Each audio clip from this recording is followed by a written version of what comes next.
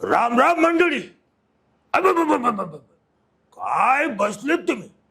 काय विचार करताय? अजिबात विचार करायचा नाही आता. हो तुम्हाला काय सांगू आता. अहो पाईप एवढा फसकलाच आहे आणि स्वस्त आहे, महाग नाही. तुम्ही आपल्या शेतामध्ये बसवा आणि भरपूर भरपूर पाणी मिळवा. राजकीय क्षेत्रामध्ये सगळ्यांनी मिळून जर आपण चांगले काम केलं तर नक्कीच एक नवीन महाराष्ट्र आपण घडवू शकतो. पण वेगवेगळ्या पार्ट्यांमुळे, वेगवेगळ्या ज्या झेंड्यांमुळे हे सगळं वाटून घेतलेलं आहे, त्यामुळे माणूस फरफटलेला आहे. नाही नाही म्हणजे आणि असे कॅबरे डान्सर सारखे कपडे घातले. अरे नाही नाही म्हणजे वारा वांदे आली तर तुझी पंचायत व्हायची ना बुवा मागून.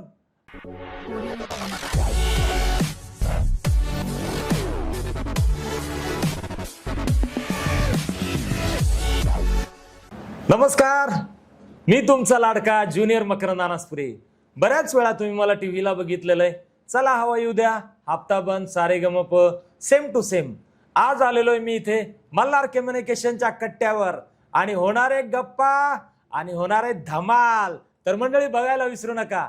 आमच्या सोबत आहेत आज देशमुख सर. मजा येणार आहे की. मी तुमचा लाडका ज्युनियर मकरंद अनासपुरे. क्या बात है बॉस. वाह वाह वाह वाह वाह, सही रे सही, बिलकुल. तर रसिक मित्रांनो नमस्कार. मी आपला होस्ट प्राध्यापक राजेंद्र देशमुख. हॉबी डू बिडू मल्हार कम्युनिकेशन्स प्रस्तुत लोकप्रियतेचं शिखर गाठणारे आपल्या या संवाद कट्ट्याचे आजचे अतिथी आहे ज्युनियर मकरंद अनासपुरे, अर्थात बाळू इंगळे जळगावकर. एक गावखेड्याकडून आलेला हा आपला समर्पित भावनेनं खऱ्या अर्थानं कला जगणारा कलंदर कलावंत की आज मकरंद अनासपुरे म्हणून तर शिक्का तर बसलाच आहे. पण केवळ मकरंद अनासपुरे नाही मित्रांनो, तर दिग्गज कलावंतांपैकी नाना पाटेकर असो, स्वर्गीय निळू फुले असो, विद्यमान म्हणजे हयात असलेले आपले शरदरावजी पवार असो, किंवा ज्यांच्या गावखेड्याकडनं किंवा ज्यांच्या भागातनं बाळू इंगळे येतात ते नाथाभाऊ अर्थात एकनाथरावजी खडसे यांचासुद्धा आवाज, त्यांची मिमिक्री हुबेहूब करणारे आणि अगदी म्हणजे रसिकांच्या गळ्यातला ताईत झालेले हे आपले बाळू इंगळे आहेत. आणि ह्या गप्पांच्या या सगळ्या आमच्या प्रवासामध्ये तुम्हाला अनेक कलावंतांचे झलक ऐकायला मिळणारे, बघायला मिळणारे, आवाज ते हुबेहूब काढून दाखवणारे. तर बाळू इंगळेजी आमच्या संवाद कट्ट्यावर तुम्हा म्हणजे मकरंद अनासपुरे सुरुवात काय भारी झाली बॉस. वा वा वा. पण तुम्हाला कसं वाटतंय सर? अरे काय मॅनरिझम आहे, काय लकअप आहे, काय गेटअप आहे, काय मेकअप आहे. नाही तो उगाच म्हणाल तुम्ही. देणं माझ्या खिशाला 2-2 पेन. आपल्या ग्रामीण भागातले प्रेक्षक सुद्धा इतके हुशार आहेत, ते ओळखतात की कशी लकअप असते, कसे पॉजेस घेतले जातात, कसे हावभाव असतात. ते सगळ्यांना जमत नाहीत. हे कष्टसाध्य आहे आणि त्याच्यासाठी मागची 30 वर्षाची तपश्चर्या आहे. हो हो नाही का? आणि म्हणूनच या कट्ट्यावर तुम्ही आजचे अतिथी म्हणून आलेला आहात. आपण नक्कीच तुमचे पुढचे सगळे जे परफॉर्मन्सेस आहे ते बघायला आमचे सगळे रसिक प्रेक्षक आतुर झालेले आहेत.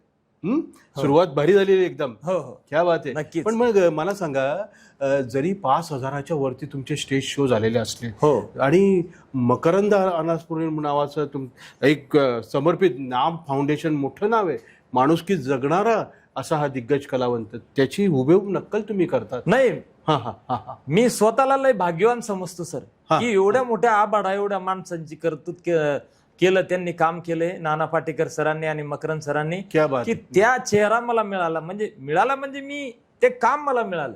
येस. आणि मी स्वतःला एवढं भाग्यवान समजतो की एवढ्या मोठ्या दिग्गज म्हणजे आबाडा एवढं नाव असलेल्या कलावंताचं, म्हणजे एवढं सुपरस्टार माणसाचं मी ज्युनियर आर्टिस्ट म्हणून काम करतोय. तर मी स्वतःला लय मोठं भाग्यवान समजतो.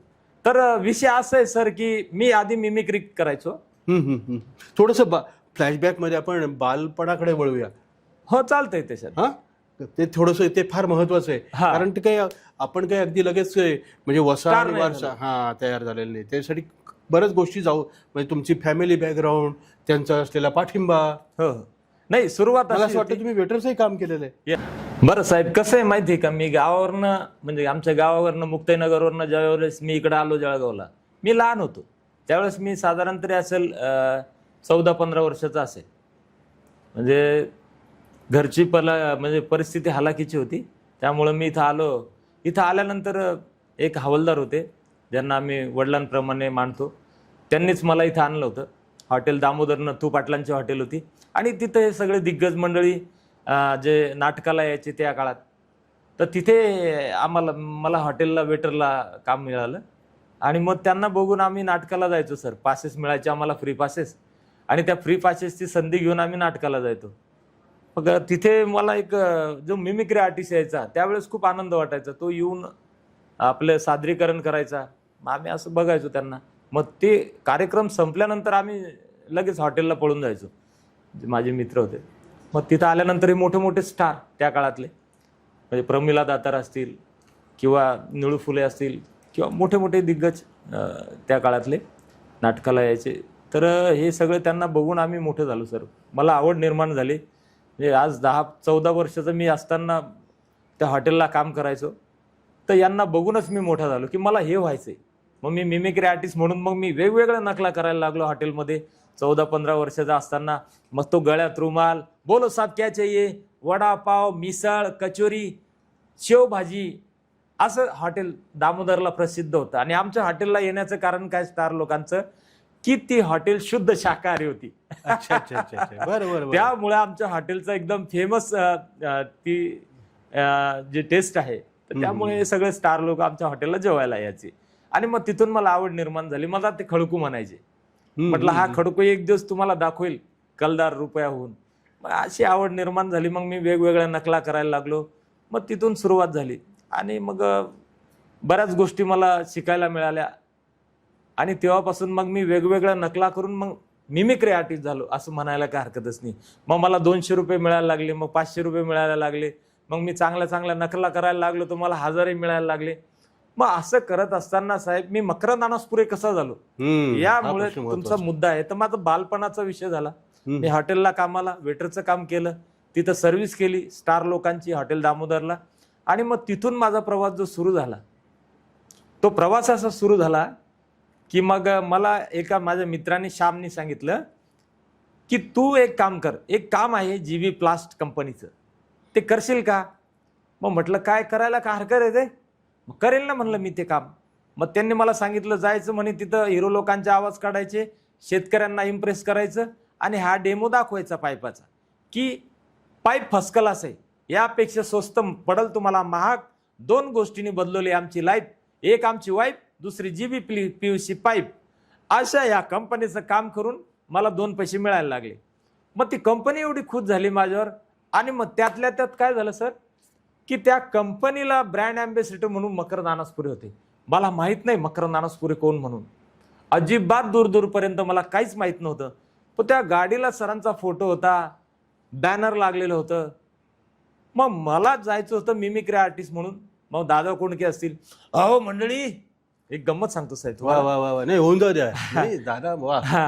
क्या बात. तर मी जे पाईप घेऊन गेलो पहिल्या दिवशी, मग ड्रायव्हर मला म्हणला, ए बाळू भाऊ चला बसा आणि मग आपण जायचं. मग सर मला संपूर्ण जळगाव जिल्हा फिरायचा होता. त्या कंपनीने एवढी मोठी जबाबदारी दिली होती आणि प्रत्येक शेतकऱ्यापर्यंत जाऊन मला तो डेमो दाखवायचा होता. मग गंमत बघा, तो ड्रायव्हर एवढा खुश झाला, म्हणलं त्याला आनंद वाटायचा की जेव्हा हे आवाज काढतील लोकांपर्यंत जातील. मग मी जायचो आणि सांगायचो, अहो काका राम राम. हो तुम्हाला काय सांगू आता, अहो पाईप एवढा फसकलाच आहे आणि स्वस्त आहे, महाग नाही. तुम्ही आपल्या शेतामध्ये बसवा आणि भरपूर पाणी मिळवा. अहो इतका सुंदर पाईप आहे की तुम्हाला काय सांगू, आणि किंमत अगदी कमी, परवडेल तुम्हाला. त्या मायला यायला याच्यापेक्षा पाईप स्वस्त तुम्हाला महाग पडेल. राम राम मंडळी, मी आलो तुमच्या गावात, तुमच्या घरात, तुमच्या शेतापर्यंत. अहो पाईप घ्या, जीबी प्लास पाईप फर्स्ट क्लास. तर हे बघून मग लोकांपर्यंत म्हणले, अरे यार हा तर खरंच आवाज चांगला काढतो. अशी गंमत करता करता मग काही लोकांना, आणखी जे काका लोक, आजी आजोबा असे बसायचे, तर मग त्यांच्या गावात जायचो मी कट्ट्यावरती, असं गावात चौकात. मग निळू फुले कधी आवाज, मग म्हणलं आता हे इथं झालं, आता दुसरा आवाज काढायचा. पास करता करता दुसरा आवाज काढायचा. दुसरा आवाज असा, राम राम मंडळी. काय बसलेत तुम्ही, काय विचार करताय? अजिबात विचार करायचा नाही आता. GB plus pipe first class याच्यापेक्षा स्वस्त पाईप तुम्हाला पडेल महाग. अजिबात टेन्शन घेऊ नका. जास्त उत्पादन, पाणी भरपूर आणि पाईपाची क्वालिटी एकदम जोरदार.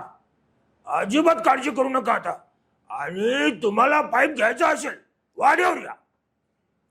वा वा वा क्या बात तर आहे, क्या अशा बात आहे. गमती जमती हा, करून हा, की हा, पब्लिक खूप छान गोळा व्हायची आणि मस्त मजा यायची. दाद फार मस्त मिळत असेल हो, ना? हो. क्या बात आहे. आणि माझ्या ह्या कॅम्पेनिंगचे म्हणजे ह्या जीबी कंपनीचे प्लासच्या तुम्ही. कंपनीच्या हा, हा, हा. कामाचे हम्म. 2-2.5 महिने असे निघून गेले आणि कंपनीला भरपूर फायदा झाला. अच्छा खूप अच्छा. मजा आली. आणि हे करत असताना मग निळू फुले झाले आणि नाना पाटेकर वगैरे पण करायचो मी. आणि नाना पाटेकर त्यांचं तर नावच मोठं आहे. क्या बात आहे, क्या हा, बात तर आहे. नाही, ते- मग नाना पाटेकर आता विषय निघाला असेल तर मग काय ते, म्हणजे ते बघा मला समोर दिसतंय अगदी, की अगदी. रसिक अगदी कान टवकारून आणि समोर काय आता नाना पाटेकरचे शब्द आपल्याला ऐकता येतील. म्हणजे साक्षात अगदी अगदी. होऊन जाऊ आणि द्या. मग हा, हा. दुसऱ्या चौकामध्ये किंवा दुसऱ्या गावाला जाताना आता ड्रायव्हरच मला म्हणायचा की दादा आता नाना पाटेकर होऊन वा, जाऊ द्या, वा, वा, पब्लिक वा. खुश होईल. हा, मग हा. तिथं गेल्यानंतर असे तरुण मुलं वगैरे आणि आम्ही टायमावरती जायचो. म्हणजे सकाळच्या वेळेस शेतात जाण्याच्या आधी मी जायचो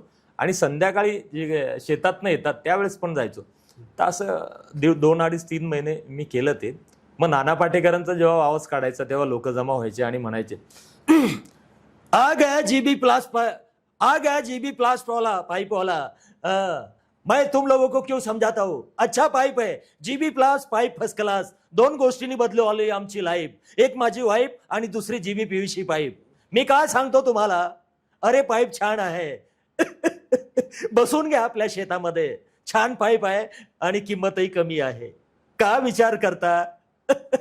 राम राम शेतकरी बांधवांनो, आता टेन्शन घेऊ नका. पाईप चांगला आहे बरं का. अच्छा आहे पाईप अच्छा आहे. जीबी प्लास पाईप फर्स्ट क्लास. मंडळी आता विचार करू नका, पाईप बसवा.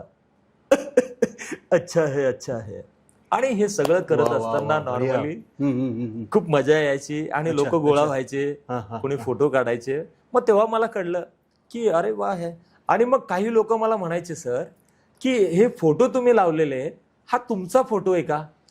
मग जेव्हा माझं फोटोकडे लक्ष गेलं, त्या गाडीला कटआउट लावलेलं होतं मकरंद अनासपुरे साहेबांचं. मग जेव्हा मी म्हणलं हे माझा फोटो नाही आहे, मग लोक म्हणायचे हा तुमचाच फोटो आहे. तर दादा शॉक प्लीज. तर मी म्हटलं नाही हा माझा फोटो नाहीये. मग ड्रायव्हर काय म्हणला मला, अरे हा म्हण हा तुझाच फोटो आहे असं हा म्हण. मग मी सहज म्हणलं हो, म्हटलं हा माझा फोटो आहे. मग एक दिवस काय बोलला ड्रायव्हर की म्हणे दादा आपल्याला निघायच्या आधी मग गाडी तुमच्या घरी लावतो. आणि मग तिथून माझ्या ह्या जीवनाची म्हणजे गाडी सुरू झाली. तर मकरंद अनासपुरेच्या जे बॅनर लावलेली गाडी आहे ती गाडी माझ्या घरी लागली. आणि मग गल्लीतले सगळे माझ्या सोसायटीमधले सगळे म्हणायला लागले की अरे स्वतःचा फोटो, ही गाडी तुमची आहे का? अरे हा तर हिरो आहे, हा तर तुमच्यासारखा दिसतो. मग माझी ताई, वहिनी, बहीण, सगळे माझे गणगोत, सगळे नातेवाईक ते म्हणायला लागले माझे दादा वगैरे की तुझ्यासारखाच दिसतो, हे मकरंद अनासपुरे आहेत. मग सर त्यावेळेस सीडीचा वेळ होता, सीडी चित्रपट. तर ते बघायला मी आणली घरी बघायला आणि त्याच्यावरती थोडी प्रॅक्टिस केली. मग तसे ड्रेस शिवले, मग पैजामा हे सगळं तसंच त्या पद्धतीने केलं. मला मेकअप वगैरे येत नव्हता. आणि ही माझी ओळख आहे, सरांना बी माहीत आहे. तर इथून मग प्रवास सुरू झाला. आणि मग हे करायला मला थोडं भीतीच वाटायची, पण मग मी तसं बोलायला लागलो. मग त्यांचे गाणे वगैरे पिक्चर बघितला. गंगे आता तुझं काही खरं नाही, महाराज मला फासावर लटविणार. गंगे तुझं काही खरं नाही, आता तुझं कुकू आडवं होणार गंगे. म्हणजे असे सिनेमातले डायलॉग होते ते बघायलो मी. त्याच्यानंतर दुसरा एक सिनेमा आहे गोष्ट छोटी डोंगरा एवढी. तर त्यातलं एक इमोशनल डायलॉग आहे. अच्छा. पण त्याआधी दोघात तिसरा सगळं विसरा. हा पण म्हणजे सगळे सिनेमा बघत इथपर्यंत हा प्रवास आहे. पण माझे गुरु म्हणजेच मी ज्यांना देवताप्रमाणे मानतो त्यांच्या गावी जाऊन आलो मी.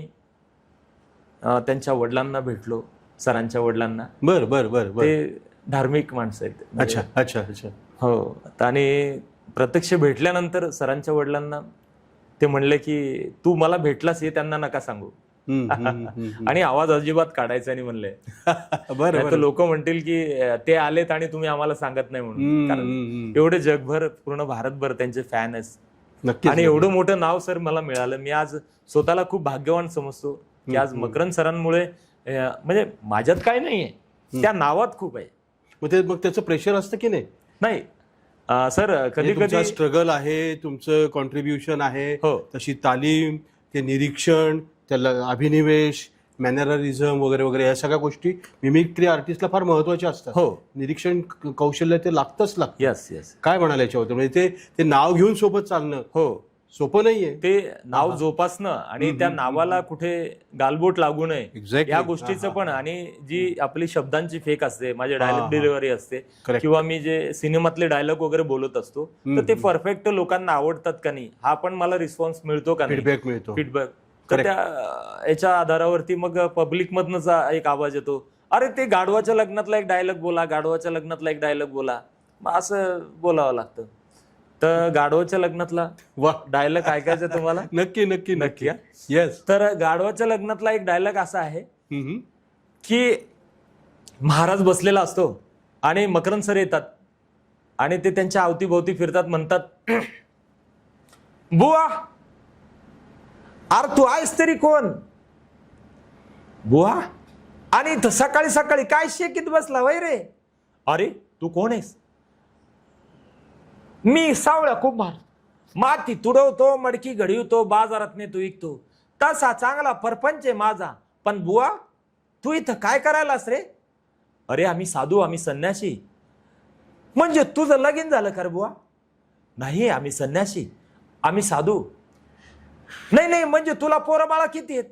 अरे ज्या अर्थी माझं लग्नच झालं नाही तर पोराबाळांचा विषय येतो तरी कुठं? नाही, म्हणजे आणि असे कॅबरे डॅन्सर सारखे कपडे घातले.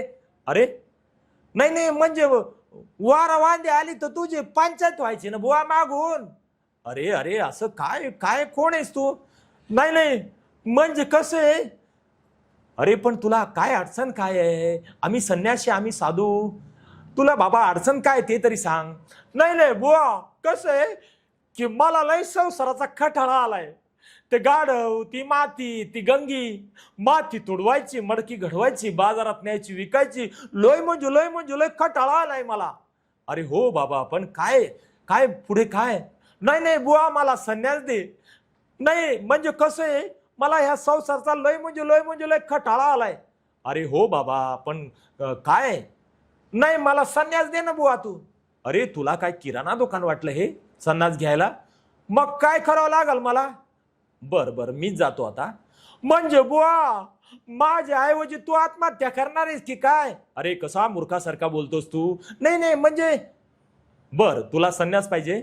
बर मला इंद्र दरबारी जायचंय भेटायला आणि तिथं असा ओंगाळपणा करणार नाहीस तर मी येणार नाही तुला. मग नाही बुवा मी येतो तुमच्या संगती ना. बुवा येतो. बर तिथे असा चालणार नाही तुझा वात्रटपणा. नाही अजिबात करणार नाही बुवा. बर धर माझा हात. बुवा काय धरायला लावशील बुवा? अरे असा मूर्खासारखा नको बोलूस तू. आणि तिथं इंद्राच्या दरबारी गेल्यानंतर अजिबात खोडकरपणा करायचा नाही. नाही मी अजिबात करणार नाही. बरं डोळे मिटव आणि चल. इंद्राच्या दरबारी येतात आणि मग तिथं बुवा म्हणतो त्यांना, तू इथं बस आणि मी इंद्राला जाऊन भेटून येतो. हा पण इथेच थांबशील? हो तुम्ही जा, अजिबात काय काळजी करू नका. आणि तिथं जे लोक फिरत असतात इंद्राच्या दरबारी ते विचारतात, अरे यजमान कोण तुम्ही? मी इंद्राचा पाहुणा आहे. हा बुवाच्या संगतीनं आलो इथवर. अरे तुम्हाला काही रीत भात आहे का नाही? काही चहा पाण्याचं विचारता का नाही? अरे हट, काही माणूस आहे का नाही तुम्हाला? अरे आमच्याकडं पाहुणा माणूस आला तर आम्ही चहा आणि आंघोळ घालत असतो त्याची. नमस्कार. हा अरे वहिनी, अहो कोण आहे या? तुम्ही कोणाच्या मिसेस आहे? आलं माझ्या ध्यानात. तुमचं लगीन झालं का? नाही मी जरा लग्नाची घाईच केली गड्या. तसा मला कुठलाच प्रॉब्लेम नाही, मला अडचण नाही. घ्या काय म्हणजे खुशाल तुम्ही पेत बसला तिथं आणि मला मग चौकशा करायला लागल्यात फौजदारासारख्या, म्हणजे याला काय अर्थ आहे? अहो यजमान या या बसा. अच्छा अच्छा, तुम्ही बुवांसोबत आलेत होय? अच्छा अच्छा, बसा बसा. काय कमाल आहे तुमची, खुशाल पेत बसलेत आणि मला फौजदारासारख्या चौकशा करायला लागल्यात म्हणजे. अहो यजमान बसा बसा, घ्या हे. बाबा काय हे? यजमान हे अमृत आहे. म्हणजे इथं तुम्ही काय भट्ट्या लावल्या की काय? नुसता लावला गल्लास की घे, लावला गल्लास की घे. मला तसं काय नाही आवडत बर का. अहो नाही यजमान, हे अमृत आहे, घ्या घ्या. हा 65 माल आहे, डुप्लिकेट आहे. अरे माणसानी 2 घोट घेतल्यावर डोकं कसं तड तड तड तड करायला पाहिजे. हा 65 माल आहे राव. हो यजमान तसं नसतं, हे अमृत आहे. घ्या घ्या घ्या. असं बरं. वहिनी नमस्कार. वहिनी नाहीत ह्या, मग कोण आहे तुम्ही? कोणाच्या मिसेस आहे? अहो तुमचं लग्न झालं का?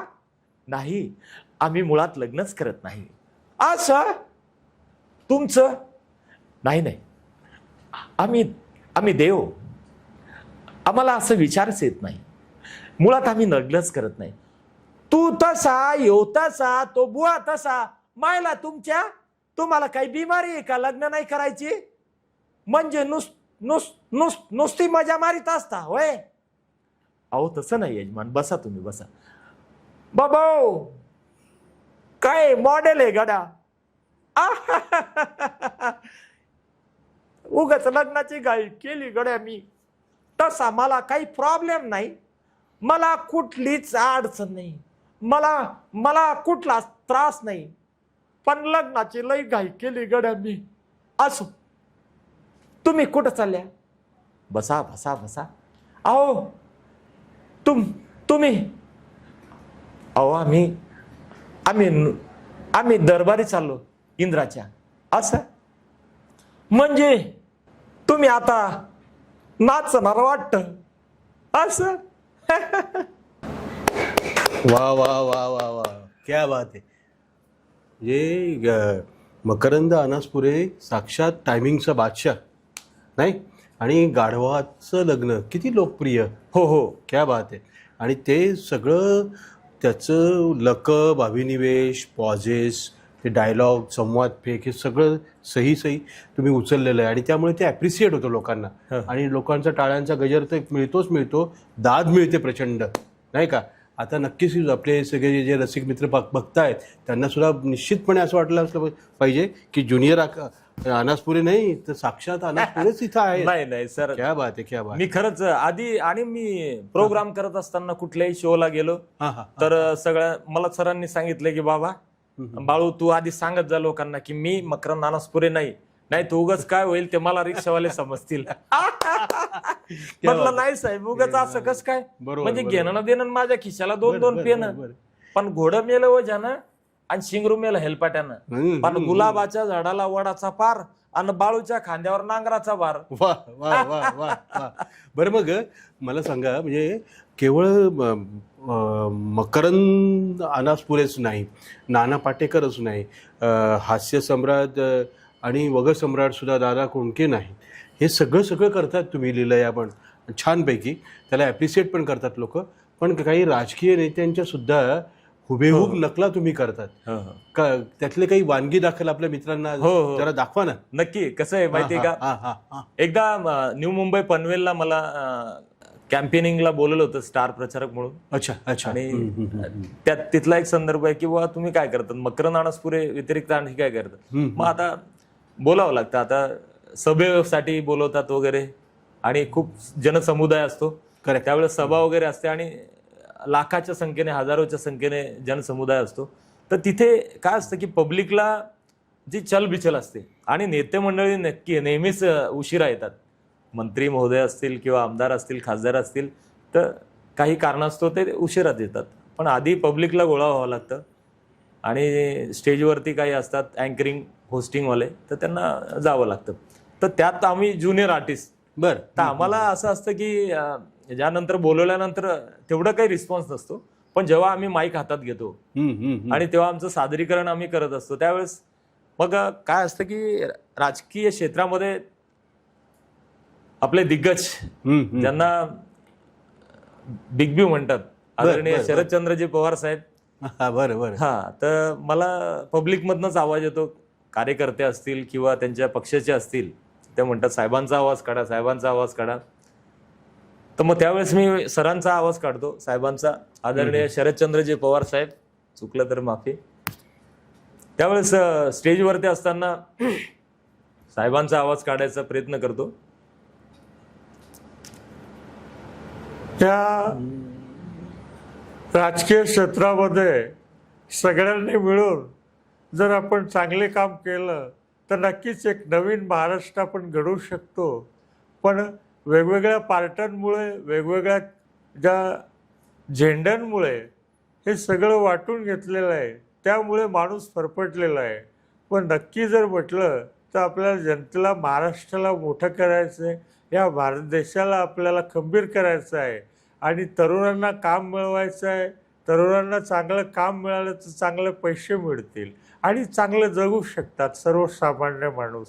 तर माझी अशी विनंती आहे की आपल्याला जे आवडेल त्याला आपण निवडून द्या आणि चांगलं काम करत असताना जो नेता असेल त्याला आपलं फेवरेट करा, अशी माझी विनंती आहे. जय हिंद, जय महाराष्ट्र, जय NCP आणि सर्व या ठिकाणी आलेल्या या सभेला, या सर्वांचं मी मनापासून स्वागत करतो आणि आपण सगळे मिळून एक नवीन महाराष्ट्र घडवूया.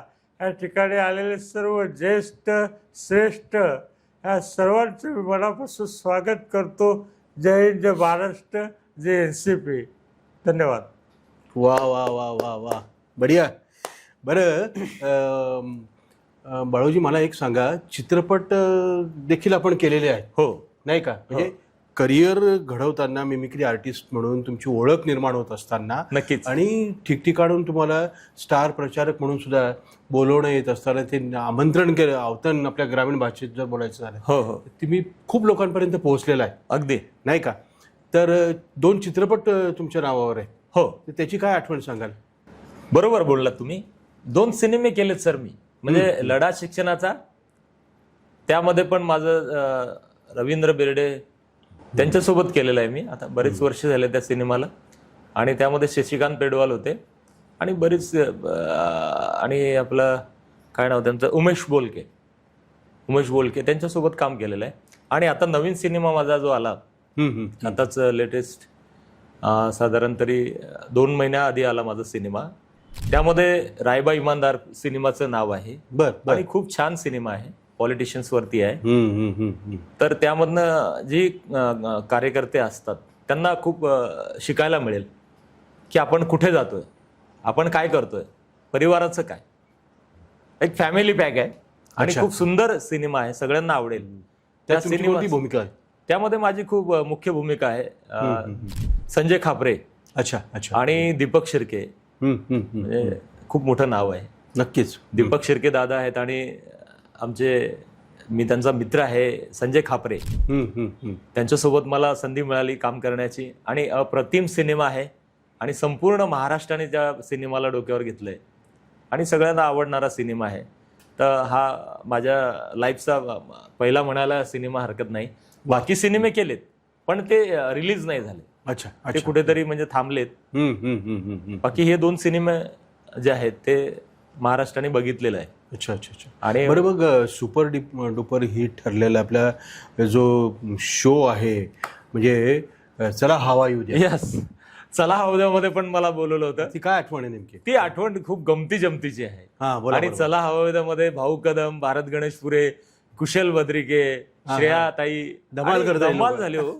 आणि 12-2 वाजेपर्यंत शूटिंग. आणि काय गंमत दादा तुम्हाला सांगतो की माझी मिसेस आणि माझे चिरंजीव राहुल आणि भावाचा मुलगा विकी आणि माझ्या भावाची मुलगी किरण, माझी मुलगी दीक्षा, या सगळ्यांना घेऊन गेलो मी की चला तुम्हाला चला हवादाचं स्टेज दाखवतो.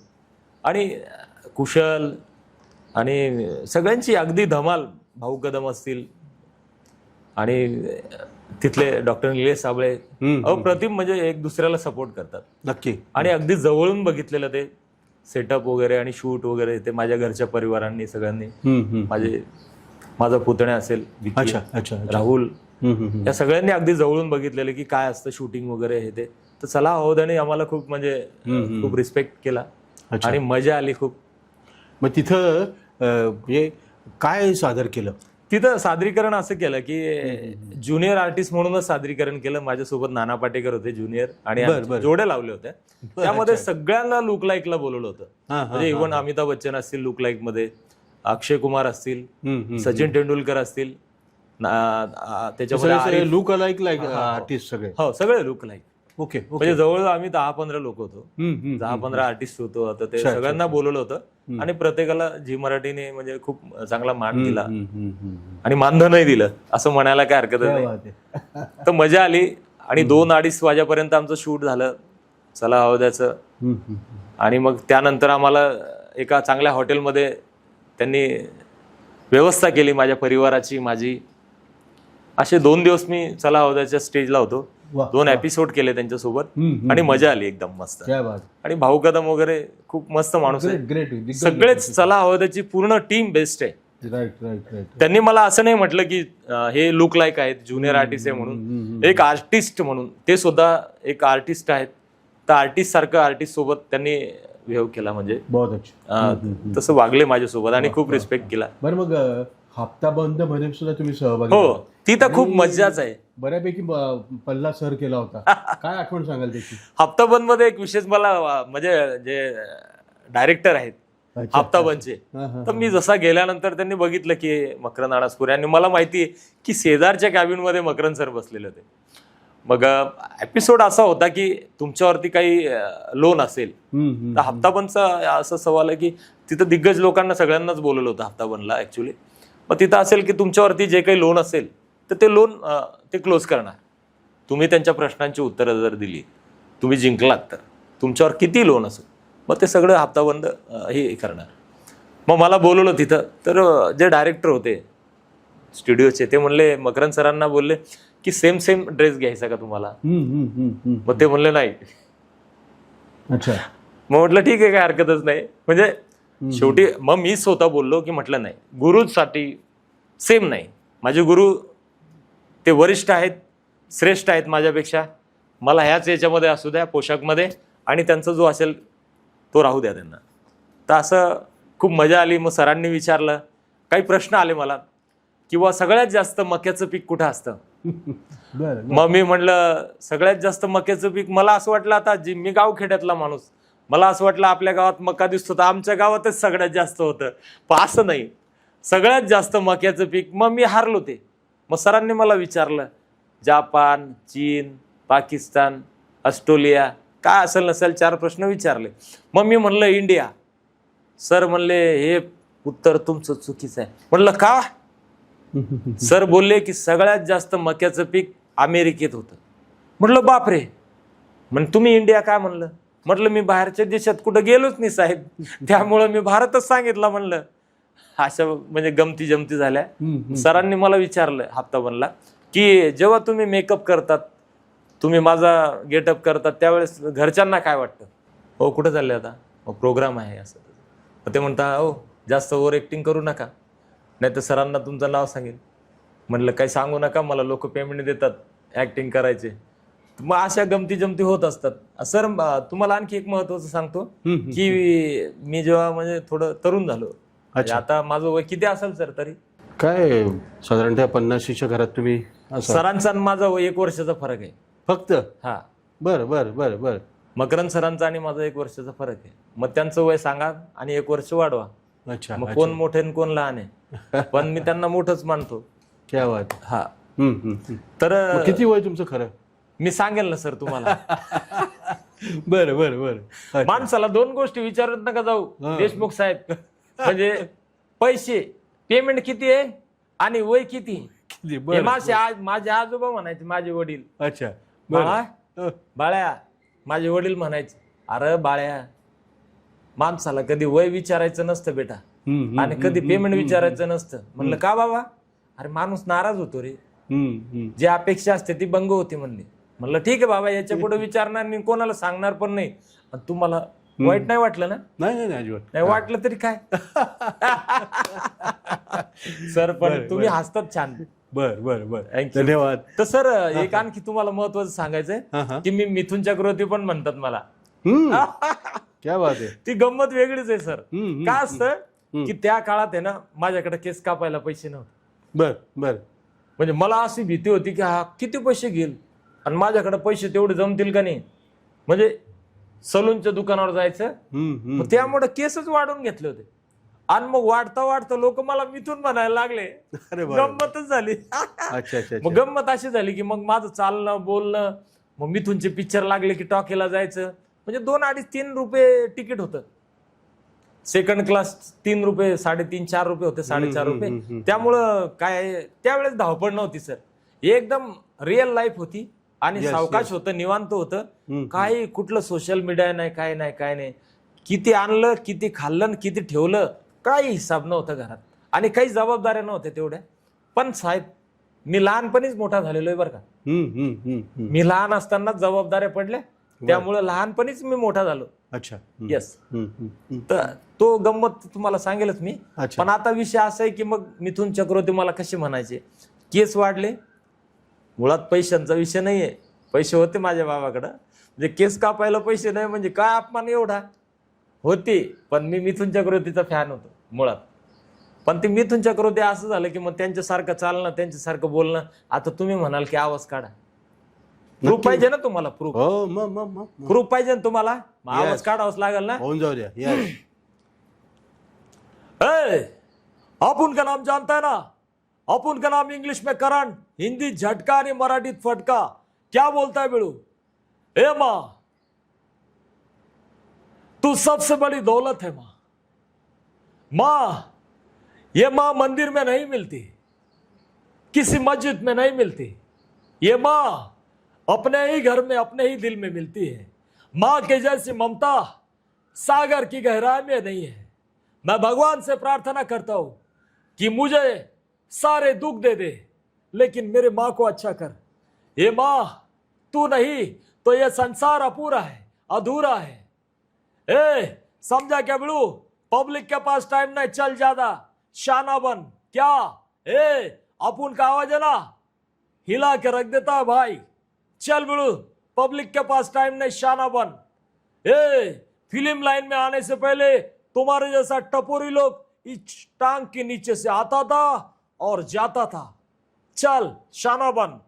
वा वा वा वा वा वा क्या बात आहे. म्हणजे आता बरीच वर्ष झाली ते आवाज काढायला, पण तरी आठवण आहे मला. बर बर बर बर. आणि मिथुनदा म्हटलं की डान्स इंडिया डान्स, हा मिथुनदा म्हटलं तर आपलं तनय पण येतो ना त्यामध्ये. मग तनय मल्हार साहेब आपले हिरो.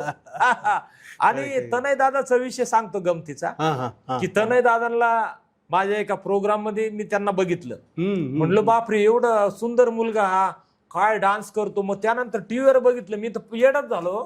काय डान्स. आणि अक्षरशः एकदा मी पडलो डान्स करता करता. म्हटलं तनय सारखं करून बघू. डायरेक्टच ना तोंडावरच पडलो. सगळे हसले मला घरात, सगळे माझे खिल्ली उडवायला लागले. म्हणले तनय सारखं नाचू नाही शकत.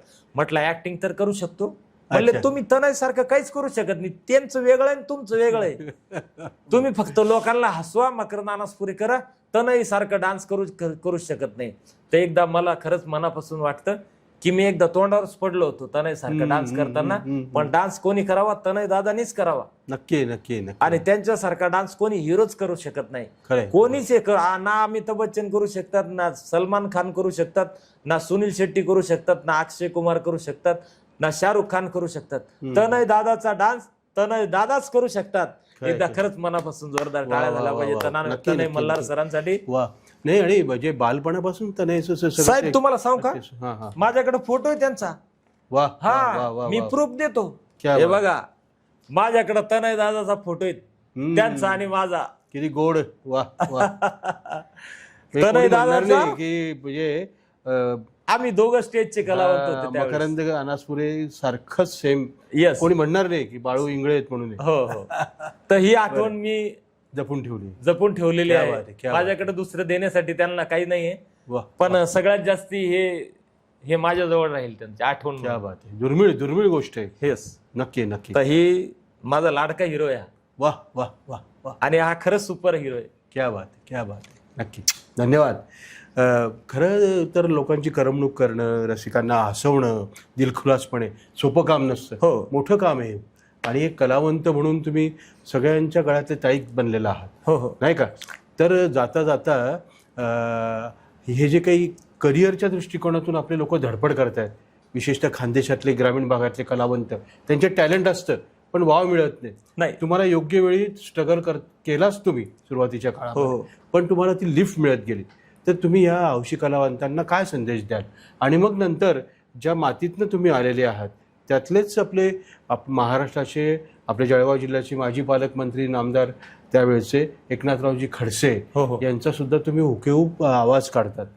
काढला ना मी आता. हो, ते तुम्हाला ते मी काढला ना आवाज. त्याच्या मी विसरलो आता. नाही, ते व्हायचंय. अच्छा. त्याच्याने सांगता आपण करणार आहोत. पहिले तुम्ही आपल्या सगळ्या गरजू कलावंतांना, हौशी कलावंतांना संदेश, की करिअर घडवायचं असेल तर तुम्ही काय केलं पाहिजे, तुमचा अनुभव, तुमचा हो. संदेश, आणि नंतर मग नाथाभाऊंच्या आवाजानं, नक्की, त्यांच्या नक्की. मिमिक्रीने आपण या आपल्या रंगलेल्या गप्पांचा सांगता आपण करूया. नाही, कसं असतं सर, की तुम्ही म्हणले किंवा काय तरुणांना काय संदेश देणार. अच्छा. तर कसं असतं की काही जबाबदाऱ्या घरच्या असतात, काही हौशी असतात. मुळात काही लोकांना इंटरेस्ट असतो, काहींना नसतो, काही आळशी असतात. म्हणजे कला प्रत्येकामध्ये आहे, मी असं म्हणत नाही. ती गॉड गिफ्ट आहे आणि ती केव्हा समोर येते ही त्याला सुद्धा माहीत नसते. पण जेव्हा पब्लिक आपल्याला बघत असते आणि त्यांना मजा येते, तर हे खरंच परमेश्वराची, ईश्वराची देणगी म्हणायला काही हरकतच नाही. आणि जेव्हा पब्लिक टाळ्या वाजवते तेव्हा तीच ठरवते की हा ॲक्टर आहे, हा कलावंत आहे. आपण ठरवू शकत नाही. तर हे मला खरं आवर्जून सांगायचं सगळ्यांना, की तुम्ही स्वतःला हिरो समजू नका. जे कोणी असेल कलावंत, तुम्ही तुम्ही तुम्ही नाही ठरवू शकत. ही ऑडियन्स, रसिक, मायबाप, प्रेक्षक हे ठरवू शकेल की तुम्ही कलावंत आहेत. आणि तसंच मी तिकडे नागपूरच्या पुढे वळसा म्हणून आहे, तिथे पण गेलेलो आहे. तिथं नाटकं केलेली आहेत. शिदोरी, मजुरी, सरनावरची लाकडं, भरारी, ही रात्रभर चालणारी नाटकं आहेत. तिकडे थिएटर नाही सर, फिल्मी टॉकीज नाहीये, थिएटर नाहीये. त्यामुळे हे नाटकं तिथं रात्रभर चालतात. आणि एक सण असतो दिवाळीनंतर, तर ह्या नाटकाला मी गेलेलो आहे तिकडे. म्हणजे 800 रुपये पर डेने गेलेलो आहे. अच्छा अच्छा. 800 रुपये पर डेने गेलेलो आहे तिकडे. तर ही सगळी करत असताना मी एक घरगड्याचं त्या नाटकामध्ये माझा रोल होता. तर ही सकाळी 5 वाजेपर्यंत चालणारे नाटक आहे, 12 वाजेपासून स्टार्टला. कारण तुमच्या घरी जर 50 पाहुणे आलेत तर तुम्ही त्यांना झोपवायला कुठे घालणार हो, त्यांची व्यवस्था कशी करणार? तर मग चला नाटकाला. तर मग असं तिकडे एक परंपरा आहे, वळसा. अच्छा अच्छा. गडचिरोली त्या साईडला, तिकडे पण मी नाटकाला गेलेलो आहे. तर रमेश भाटकर, कुलदीप पवार, मोहन जोशी यांच्या म्हणजे थिएटरलाच काम केलेलं आहे. आणि ती सुद्धा एवढी दिग्गज मंडळी होती. तर आमची म्हणजे इकडे आमच्या बॅनर लागायचं, तिकडे त्यांचं बॅनर लागायचं. अशी ही नाटकाच्या कंपन्या होत्या तिथे. म्हणजे जवळ तिथं 100-150 कंपन्या आहेत नाटकाच्या. म्हणजे वेगवेगळे नाटकं. मग ती गावची मंडळी यायची तिकडे, की हे नाटक घ्या, मग एवढ्यात घ्या, तेवढ्यात घ्या. मग कलाकारांना मानधन किती मिळेल. मग ही सगळी गोष्ट 3 अंकी नाटक. मग हे सगळे दिग्गज मंडळी यायचे, मग भेटी गाठी व्हायच्या. मी जवळून बघितलेलं आहे रमेश भाटकर, कुलदीप पवार, मोहन सरांना, मोहन जोशी सरांना फार जवळून बघितलेलं आहे. म्हणजे त्यांचा आशीर्वाद आहे, त्यांना बघूनच आम्ही मोठे झालो. खरंय खरंय खरंय. म्हणजे एवढे दिग्गज माणसं आणि आम्ही त्या स्टेजवरती काम करतोय. आणि आणखी एक महत्वाचं की नटसम्राट मधलं जे आहेत, म्हणजे मला सांगता येईल की त्यांचं नाव, की ज्यांनी काम केलेलं आहे, डॉक्टर लागू आहे, विक्रम गोखले. विक्रम गोखले सरांना एकदा मी म्हणजे जळगावला आले होते, विक्रम गोखले साहेब. तर त्यावेळेस म्हणजे स्टेजवरती कोणी जरी म्हणे की काहीतरी बोला, काहीतरी बोला, मग मलाच लोकांनी म्हटलं पब्लिकमधून, अरे जा ना यार, तू तर कलाकार आहे, बोल काहीतरी. मग मी असेच त्यावेळेस मिमिक्री केली होती. आणि तेवढ्यात विक्रम गोखले सरांची एंट्री झाली. मग त्यांनी बघितलं मला, मग मी त्यांना बुके वगैरे दिला आणि त्यांच्या पाया पडलो. तर म्हटलं सर, मी थोडंफार आवाज वगैरे काढतो, म्हटलं मिमिक्री करतो. मग ते मला अशी शाबासकीची थाप दिली त्यांनी, की चालू ठेव आणि तू करतो छान, चालू ठेव. माझ्या शुभेच्छा तुला आणि पुढे चालू ठेव. पुढे याचं काम पडेल तुला. आणि आज आठवण येते त्यांची की त्यांनी जे बोललेले 2 शब्द माझ्यासाठी ते अगदी अनमोल होते. आणि हा मी पुढे चालूच ठेवलं आणि मला जनतेने खूप खूप भरभरून प्रेम दिलं. आणि माझे गुरु, माझे देवता, आदरणीय सन्माननीय मकरंद मधुकर अनासपुरे म्हणजेच माझे गुरु, यांना मी खूप रिस्पेक्ट करतो, खूप मानतो.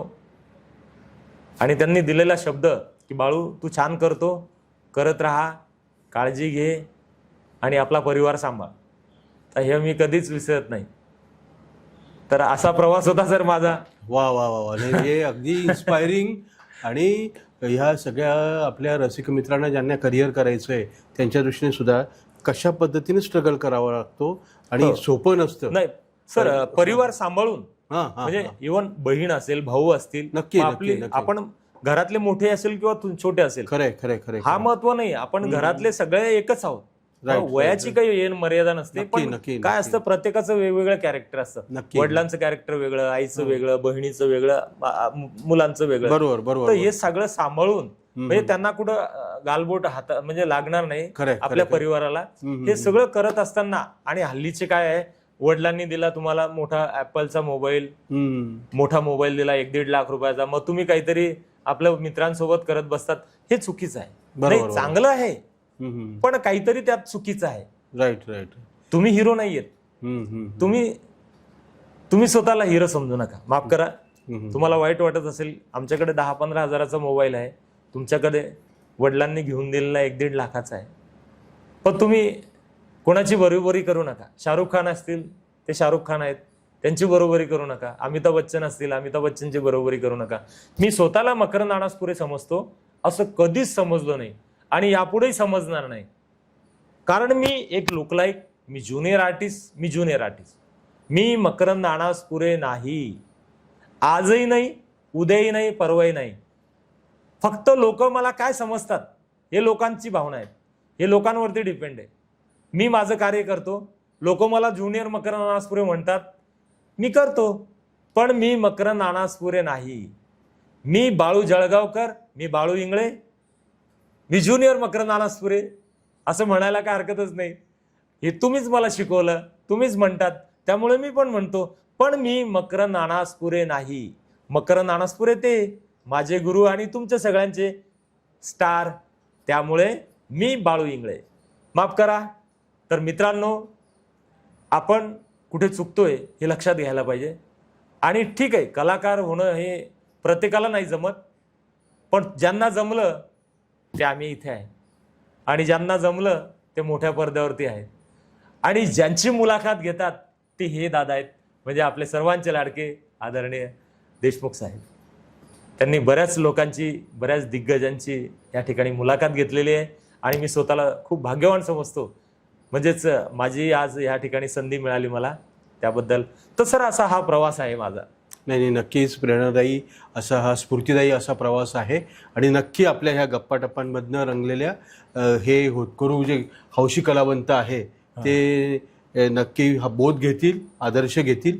आणि तुमच्या मनातली काही जे प्रत्येकाच्या आपली विश लिस्ट असते, बकेट लिस्ट असते, तर हे करूया ते करूया, जे काही तुम्हाला संकल्प तुमच्या मनात आहेत ते सगळे पूर्ण होत हे रंगदेवतेच्या चरणी आपण प्रार्थना करू. मी रंगदेवतेचा प्रणाम करतो. उपासक आपण आहोत. येस, नाही का? तर सांगता करताना मगाशी आपलं ठरल्याप्रमाणे नाथाभाऊंची मिमिक्री प्लीज. सर, हे करत असताना मला माझ्या परिवाराने खूप साथ दिलेली आहे, खूप सपोर्ट केलेला आहे. फॅमिली सपोर्ट महत्त्वाचा असतो. की माझे 2 मुली, माझा मुलगा, जेव्हाही माझी प्रोग्रामची तयारी व्हायची तर कधी बाहेरगावला जायचं असतं तर माझी मिसेस रात्रभर म्हणजे झोपायची नाही ते, की उद्या तुम्हाला सकाळी 4 वाजता गाडी आहे, ट्रेन आहे. तर ती माझी बॅग पॅक करायची. माझा मुलगा, माझी 2 मुली त्यांच्या लग्नाच्या आधी, ते जेव्हा बॅचलर होते त्यावेळेचे, तर माझे प्रोग्राम राहायचे आणि त्यांना आनंद वाटायचा की आज प्रोग्राम आहे पप्पांचा, पुण्याला आहे, नाशिकला आहे. सर, एक सांगायचं की मी महाराष्ट्राचा कुठला तालुका सोडला नाही, कुठला जिल्हा सोडला नाही. इतके शो झालेत माझे की मलाच माहित नाही. म्हणजे 5 5,500हून जास्त झाले असतील. वा. हे बस आपला सगळ्यांचा आशीर्वाद आहे. आणि मला खूप सगळे मानतात की मी हसवतो, म्हणजे रडवणारे जागोजागी आहे, दुखवणारे. पण आमचं कलाकारांचं एकच असतं की लाख लाख नजरेवरती नकलाकारांचं राज्य असतं. लाख लाख नजरेवरती नकलाकारांचं राज्य असतं. तुमच्यासारख्या रसिक श्रोत्यांना हसवणं हेच आमच्या भाग्यात असतं, हेच आमच्या भाग्यात असतं. बहुत अच्छा. तर माझ्या परिवाराने खूप मेहनत घेतलेली आहे साहेब मला हे पुढे जाण्यासाठी, आणि त्यांनी वेळोवेळी मला खूप साथ दिलेली आहे. त्याबद्दल माझ्या परिवारांचंही याच्यामध्ये खूप मोठं योगदान आहे. आणि आज या ठिकाणी मला बोलवलं, बस मी यापेक्षा स्वतःला खूप भाग्यवान समजतो. आणि तुम्ही काय म्हणले की तू कुठनं आलास म्हणून, मी मुक्ताईनगर तालुका, हा माझा तालुका मुक्ताईनगर, जिल्हा जळगाव.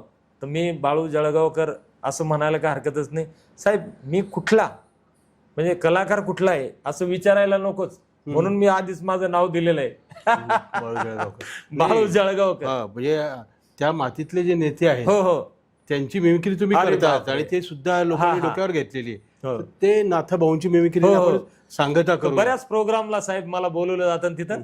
तर एक आवाज होऊन जाऊ द्या भाऊंचा, एक आवाज होऊन जाऊ द्या भाऊंचा. तर चला जाता जाता मी तुम्हाला हसवणार आहे की आपले सर्वांचे लाडके आदरणीय एकनाथरावजी खडसे साहेब, त्यांचा सुद्धा मी आवाज ऐकून म्हणजे कला शिकलेलो आहे. त्यांच्या आवाजाचा एक गोडवा आहे, एक भरगत आवाज आहे, महाराष्ट्राची शान आहे. तो आवाज काढण्याचा प्रयत्न करेल नक्कीच, आणि आवडेल सगळ्यांना.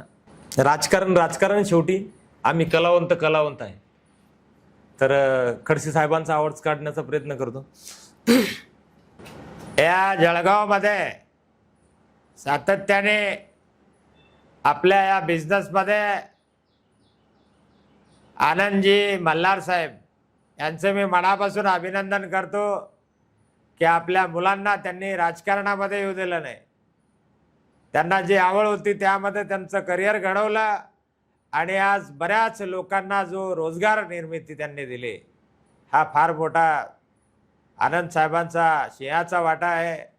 जे आम्ही करू शकलो नाही ते आनंद मल्हार साहेबांनी केलं, हे फार मोठी गोष्ट आहे. आई मुक्ताबाई त्यांना शक्ती देव, आणि त्यांचा बिझनेस यशाच्या शिखरावर नेव, आणि संपूर्ण जळगाव जिल्हा नव्हे तर पूर्ण भारतात त्यांचं नाव हो, विदेशात परदेशात त्यांचं नाव हो, हीच मुक्ताबाई चरणी प्रार्थना करतो. जय हिंद, जय महाराष्ट्र, जय मुक्ताबाई. धन्यवाद.